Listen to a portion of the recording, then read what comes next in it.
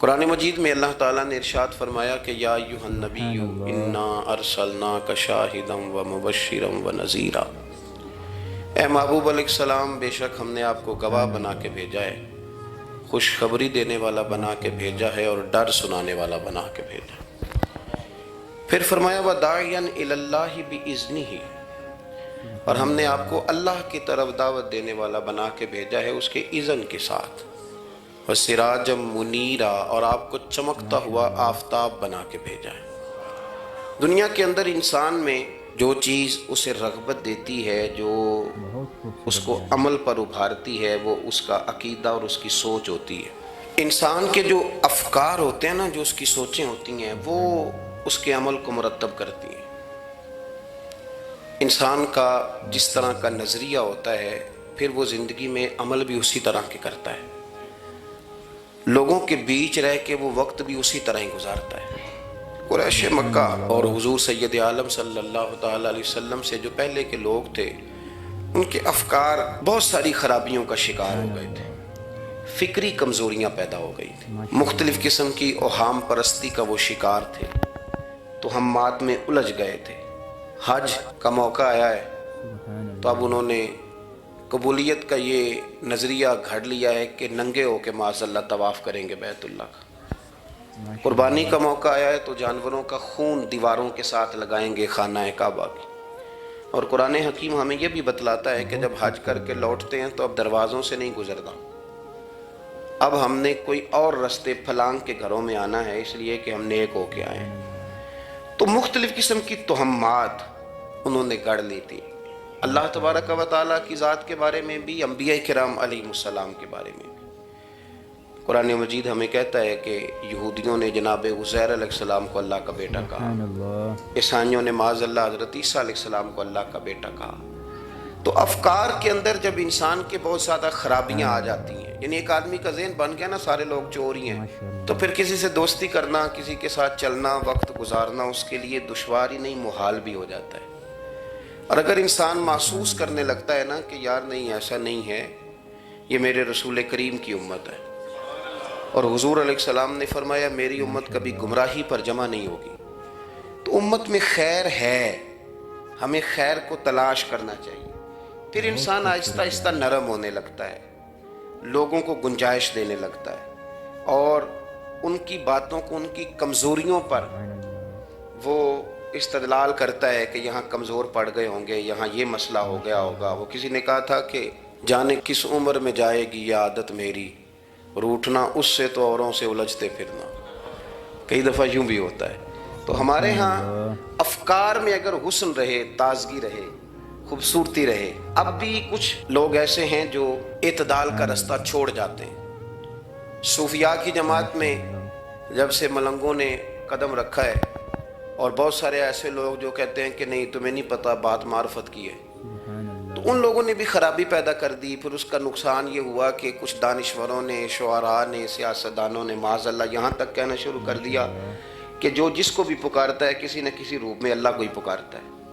افکار میلے کر دیے، بھئی اگر جس کو بھی جو پکارا جا رہا تھا تو وہ معاذ اللہ اللہ کو ہی پکارا جا رہا تھا، جس کے سامنے جو جھکتا تھا تو کوئی نہ کوئی اس کے ہاں توحید پائی ہی جاتی تھی، تو پھر اللہ کے رسول بتوں کے خلاف کیوں جہاد کرتے رہے؟ پھر لا الہ الا اللہ کا کیا معنی ہوا؟ تو ایک تو وہ طبقہ آیا، پھر ایک الحاد اور بے دینی کا رویہ کچھ لوگوں نے یہ بھی اختیار کیا کہ معاذ اللہ انہوں نے مسبب الاسباب کی بجائے لوگوں کو اسباب پر زیادہ توکل کرنے کا معاذ اللہ درس دیا۔ دعاؤں سے کام نہیں چلتا، خالی نعروں سے بات نہیں بنتی۔ اس کو یہاں تک لے گئے کہ اگر آج انہیں حضور کا کوئی معجزہ بتایا جائے، کسی کرامت کی بات کی جائے، اللہ تبارک و تعالیٰ کی طرف سے عطا کردہ کسی انہونی ایسی بات میں جس میں خالصتاً قدرت الہی کا دخل ہو، تو ان لوگوں کے لیے ماننا مشکل ہو جاتا ہے، کیونکہ انہوں نے زور ہی اس بات پہ دے دیا ہے۔